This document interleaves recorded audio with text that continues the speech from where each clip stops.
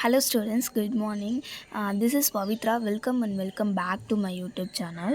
So last வீடியோவில் நம்ம என்ன பார்த்துருப்போம் அப்படின்னு பார்த்தீங்கன்னா ஐயோ நானே மறந்துட்டேனே என்ன பார்த்தோம் non-state equations. Okay, non-state equation, that is very important questions. I already told to you in that video. Okay, so இந்த வீடியோவில் நம்ம எதை பார்க்க போகிறோம் அப்படின்னு பார்த்தீங்கன்னா electrochemical series or EMF series. இதுவும் இம்பார்ட்டன்ட் கொஷின்ஸ் தான். ஓகேவா, இஎம்எஃப் சீரீஸ் அப்படின்றத கேட்பாங்க. ஓகேவா, 2 மார்க்ஸ்னு கேட்பாங்க.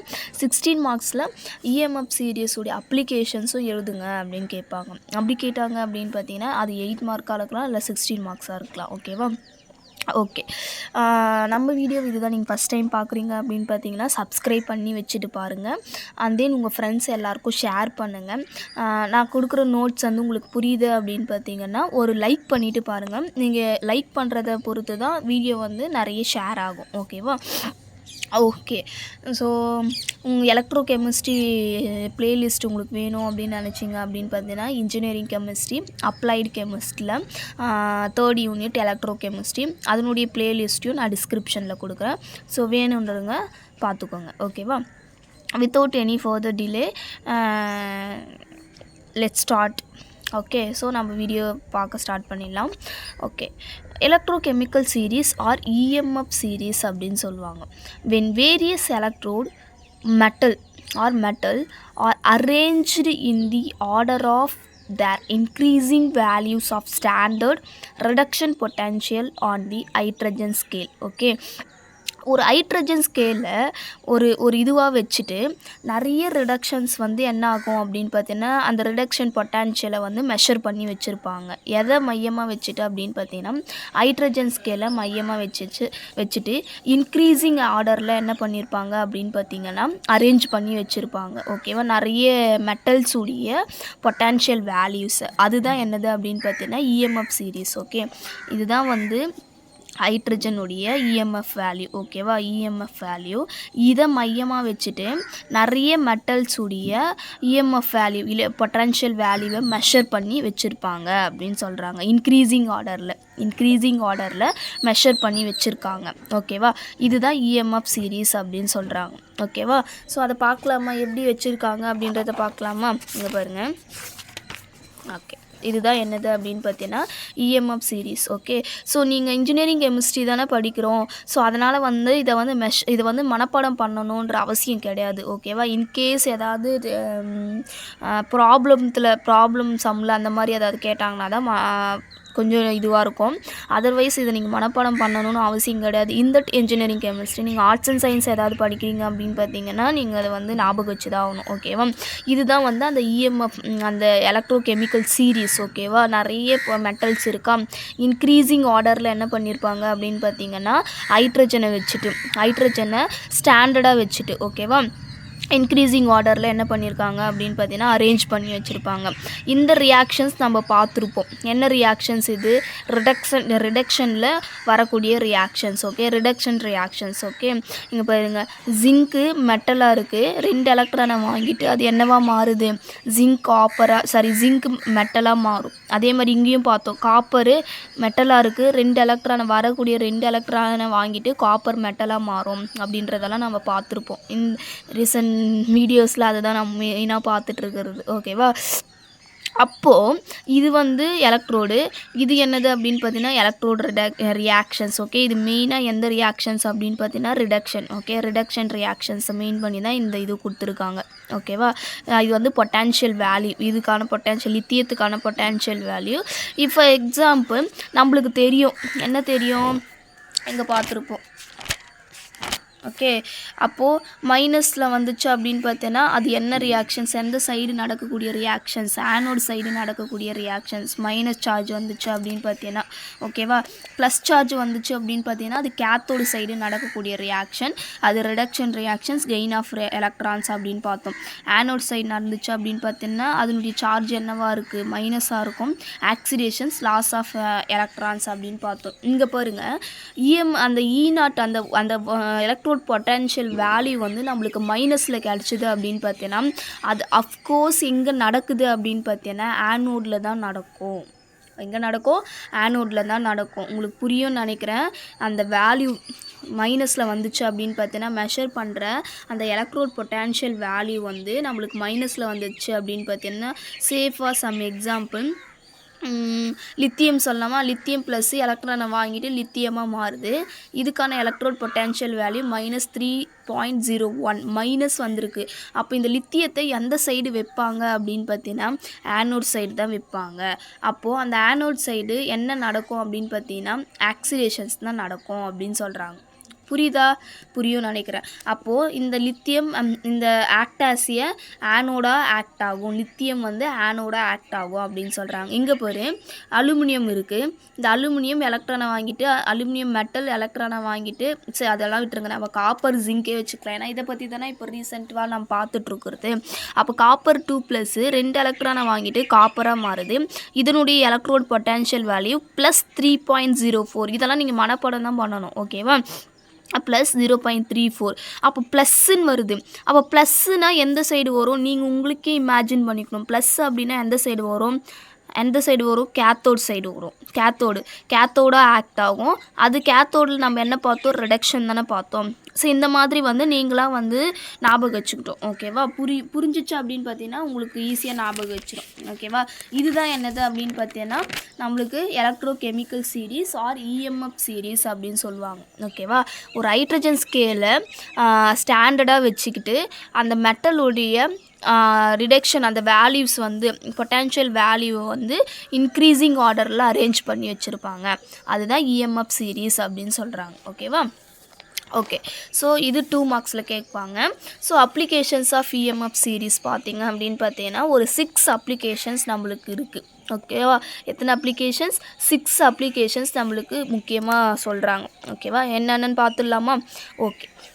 calculation first one calculation of standard EMF of the cell. Okay, இந்த EMF சீரீஸு எதுக்கு யூஸ் ஆகுது அப்படின்னு பார்த்தீங்கன்னா ஸ்டாண்டர்ட் இஎம்எஃப் செல்லுடைய கால்குலேட் பண்ணுறதுக்கு யூஸ் ஆகுது அப்படின்னு சொல்கிறாங்க. எப்படி யூஸ் ஆகுது பாருங்கள். E0 can be calculated if the standard electrode potential values are known using the following reactions. Okay, இங்கே பாருங்கள், நம்மளுக்கு தெரியும் இது ஒரு ஃபார்முலா. ஓகேவா? நம்மளுக்கு இ செல் நம்ம வந்து மெஷர் பண்ண போகிறோம். E0 செல் மெஷர் நம்மளுக்கு தெரியும். இ அப்படின்றது பொட்டன்ஷியல் எலக்ட்ரோட் பொட்டன்ஷியல், ஒரு சிங்கிள் எலக்ட்ரோட் பொட்டன்ஷியல். அப்போ E0 அப்படின்றது ஸ்டாண்டர்ட் எலக்ட்ரோட் பொட்டன்ஷியல். ஓகேவா? அப்போ E0 செல்லை நம்ம மெஷர் பண்ண போகிறோம் அப்படின்னு பார்த்தீங்கன்னா நம்மளுக்கு என்ன தெரிஞ்சிருக்கணும்? E0 ரைட் ஹேண்ட் சைடு இருக்கிற hydrogen electrode, E0 left hand side இருக்கிற அந்த எலக்ட்ரோடு. ரைட் ஹேண்ட் சைடு இருக்கிற electrode, left hand minus left hand side இருக்கிற எலக்ட்ரோடு. அப்போ ப்ளஸ் அப்படின்னு வரும்போது அப்போ நம்ம ரைட் ஹேண்ட் சைடு என்ன வைப்போம்? ரைட் ஹேண்ட் சைடு என்ன ப்ளேஸ் பண்ணோம்? இங்கே பாருங்கள், ரைட் ஹேண்ட் சைடு என்ன ப்ளேஸ் பண்ணியிருக்கோம்? ரைட் ஹேண்ட் சைடு அப்படின்னு பார்க்கும்போது ஓகே. ஸோ இங்கே பார்த்தீங்க அப்படின்னு பார்த்தீங்கன்னா நம்மளுக்கு E0 செல் வேல்யூ வேணும் அப்படின்னு பார்த்தீங்கன்னா நம்மளுக்கு E0 right hand side electrode, E0 left hand side electrode வரும். ஓகேவா? நம்மளுக்கு தெரியும். ஓகே, ரைட் ஹேண்ட் சைடு எதை பேஸ் பண்ணி வைப்போம் அப்படின்னு பார்த்தீங்கன்னா ரிடக்ஷன். ஓகேவா? ரிடக்ஷன் கேத்தோடு வந்து ரைட் ஹேண்ட் சைடு வைப்பாங்கன்னு சொல்லியிருக்கேன். ஆனோடு வந்து லெஃப்ட் ஹேண்ட் சைடு வைப்பாங்க. அப்போ அங்கே என்ன நடக்கும்? ஆக்சிடேஷன் நடக்கும். ரைட் ஹேண்ட் சைடு ரிடக்ஷன் நடக்கும் அப்படின்னு பார்த்தோம். அப்போ ரைட் ஹேண்ட் சைடு ரிடக்ஷன் நடக்குது, லெஃப்ட் ஹேண்ட் சைடு வந்து ஆக்சிடேஷன் நடக்குது. ஓகேவா? இதில் ஏதாவது ஒரு எக்ஸாம்பிள் நம்ம எடுத்துக்கலாம். அப்போது மைனஸ் இருந்தால் அது என்னன்னு சொன்னால் ஆக்சிடேஷன்ஸ் அப்படின்னு சொன்னால், ப்ளஸ் இருந்தால் அது ரிடக்ஷன் அப்படின்னு சொல்லியிருக்கேன். ஓகேவா? அப்போது இங்கே ஒரு எக்ஸாம்பிள் பாருங்கள், உங்களுக்கு புரியும் அப்படின்னு பார்க்குறேன். ஓகேவா? இப்போ லெட் எடுத்துக்கிறாங்க. லெட்டுடைய electrode potential value. Okay, lead எங்கே இருக்குது? தோ இங்கே இருக்குது. அப்போ லெட்டுடைய எலக்ட்ரோட் பொட்டான்ஷியல் வேல்யூ -1.12. ஓகேவா? அதுக்கப்புறம் காப்பருடைய வேல்யூ என்னது அப்படின்னு பார்த்தீங்கன்னா 0.34. ஓகேவா? ப்ளஸ்ஸு. ஓகேவா? அப்போ நம்மளுக்கு E0 செல் வேணும் அப்படின்னு பார்த்தீங்கன்னா ரைட் ஹேண்ட் சைட்லேருந்து லெஃப்ட் ஹேண்ட் சைடை மைனஸ் பண்ணணும். ஓகேவா? இது பண்ணிட்டோம் அப்படின்னு பார்த்தீங்கன்னா நம்மளுக்கு ஸ்டாண்டர்ட் இஎம்எஃப் ஆஃப் தி செல்லுடைய வேல்யூ நம்மளுக்கு கிடச்சிரும்.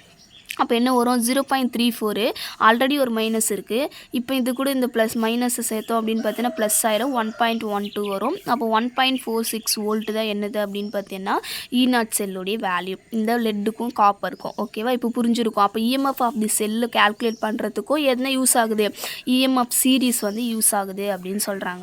ஓகேவா, செகண்ட் ஒன்று என்னது அப்படின்னு பார்த்தீங்கன்னா relative ease of oxidations or reductions. Okay, இப்போ நம்ம பார்த்து தான்ப்பா ஆக்சிடேஷன் என்ன ரிடக்ஷன் என்ன அப்படின்றது. இங்கே பாருங்கள், negative value or more easily ionised oxidised. இங்கே என்ன சொல்கிறோம், நெகட்டிவ் வேல்யூவாக இருந்தால் அது என்னவா தான் இருக்கும், ஆக்சிடேஷன் சைடில் தான் நடக்கும். ப்ளஸ்ஸாக இருந்துச்சு அப்படின்னு பார்த்தீங்கன்னா அது ரிடக்ஷன் சைடில் தான் நடக்கும். ஓகேவா, அது ஆக்டாஸே கேத்தோட ஆக்ட் ஆகும், இது ஆனோட ஆக்ட் ஆகும். அதை தான் சொல்கிறாங்க. இங்கே பாருங்கள், எக்ஸாம்பிள் பாருங்கள், fluorine as higher positive value. Okay, fluorine பாருங்கள், இங்கே பாருங்கள், ஃப்ளூரின் எங்கே இருக்குது, ஃப்ளூரினே இல்லை போல் இதில்.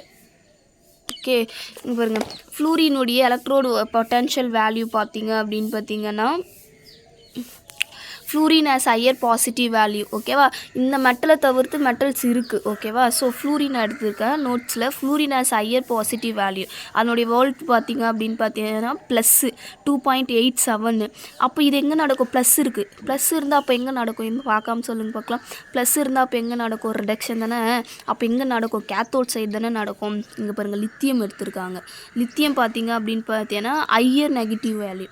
Okay, higher negative value. ஓகேவா, சாரி இதோ இருக்குப்பா ஃப்ளூரின் பார்த்தீங்க அப்படின்னு பார்த்தீங்கன்னா ஹையர் பாசிட்டிவ் வேல்யூ, லித்தியம் வந்து ஹையர் நெகட்டிவ் வேல்யூ. அப்போ நெகட்டிவ்னா ஆக்சிடேஷன், பாசிட்டிவ் அப்படின்னா ரிடக்ஷன். இது எங்கே நடக்கும், கேத்தோடில் நடக்கும். இது எங்கே நடக்கும், ஆனோடில் நடக்கும். இதை தான் சொல்கிறாங்க relative ease of oxidations reductions அப்படின்னு சொல்கிறாங்க. ஓகேவா, புரியும்னு நினைக்கிறேன். ஓகே, தேர்ட் ஒன் என்னது அப்படின்னு பார்த்தீங்கன்னா displacement of one element by other அப்படின்னு சொல்கிறாங்க. ஓகேவா, இது என்னதுன்னா ஒன்றுமே கிடையாது. இது என்ன அப்படி சொல்லுவாங்க அப்படின்னு பார்த்தீங்கன்னா ஒரு எலமெண்ட்டை இன்னொரு எலமெண்ட்டால் டிஸ்பிளேஸ் பண்ணுறது, அவ்வளோதான். இங்கே பாருங்கள், எக்ஸாம்பிள் பாருங்கள், copper 2+ has a great tendency to acquire copper from then zinc 2+ as fair according zinc form. ஓகேவா, இது எதுவுமே கிடையாது. என்னது அப்படின்னு பார்த்தீங்கன்னா இப்போது இங்கேருந்து ஜிங்க்கு என்ன பண்ணுது, ரெண்டு எலக்ட்ரானாக கொடுக்குது. இங்கே காப்பர் இருக்குது, காப்பர் என்ன பண்ணுது, அந்த 2 எலக்ட்ரானை வாங்கிக்குது. ஆனால் இங்கே காப்பர் என்னவா இருக்குது, காப்பர் மெட்டலாக இருக்குது. வரக்கூடிய 2 எலக்ட்ரானை ஜிங்க்கு கிட்டேருந்து வரக்கூடிய 2 எலக்ட்ரானை வாங்கிட்டு அது என்னவா மாறிடும், என்னவா டிஸ்பிளேஸ்மெண்ட் ஆகிடுது, காப்பராக மாறிடுது. ஓகேவா, அதை தான் சொல்கிறோம்.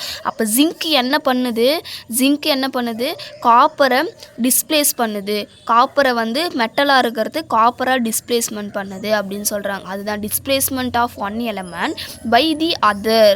ஓகே, காப்பர் மெட்டலு காப்பராக மாறிடுது அப்படின்னு சொல்கிறாங்க. Metal which lay higher in the EMF series can displacement. Okay, இங்கே பாருங்கள், அப்போது ஜிங்க்கு என்ன பண்ணும் அப்படின்னு பார்த்தீங்கன்னா மேலே இருக்கிற இந்த ஜிங்க் என்ன பண்ணும் அப்படின்னு பார்த்தீங்கன்னா இந்த காப்பர் மெட்டலை காப்பராக டிஸ்பிளேஸ் பண்ணுது அப்படின்னு சொல்கிறாங்க. ஓகேவா, இதுதான் என்னது அப்படின்னு பார்த்தீங்கன்னா displacement of one element by the other அப்படின்னு சொல்கிறாங்க. ஓகேவா, ஃபோர்த் ஒன் என்னது அப்படின்னு பார்த்தீங்கன்னா determination of standard free energy. அப்போ ஸ்டாண்டர்ட் ஃப்ரீ எனர்ஜி அப்படின்னே நம்மளுக்கு தெரிஞ்சிருக்கணும். ΔG தான் நம்ம என்ன சொல்லுவோம் அப்படின்னு பார்த்தீங்கன்னா ஸ்டாண்டர்ட் ஃப்ரீ எனர்ஜி அப்படின்னு சொல்லுவோம்.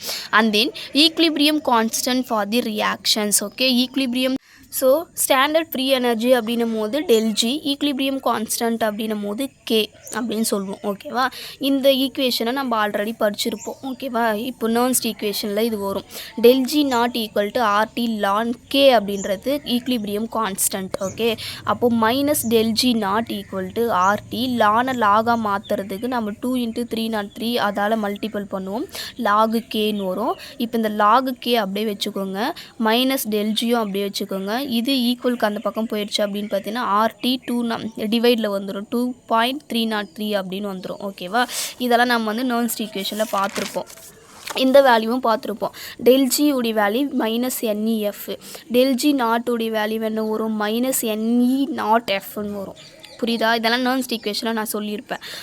அப்படி இல்லை அப்படின்னு பார்த்தீங்கன்னா நம்மளுக்கு மைனஸ் வேணும் அப்படின்னு பார்த்தீங்கன்னா -ΔG not equal to NE, இது எப்படி எழுதலாம்னா n நம்ம ஒரே சீரீஸாகவே போய்டும், E0F அப்படின்னு எழுதலாம். ஓகேவா? அப்போ லாகுக்கே அப்படியே வச்சுக்கோங்க. இங்கே என்ன வருது, மைனஸ் டெல் ஜி நாட்டு. அப்போ மைனஸ் டெல் ஜி நாட்டுடைய வேல்யூ என்னது NE0F ஆச்சா, டிவைட் பை 2.303 RT வருமா.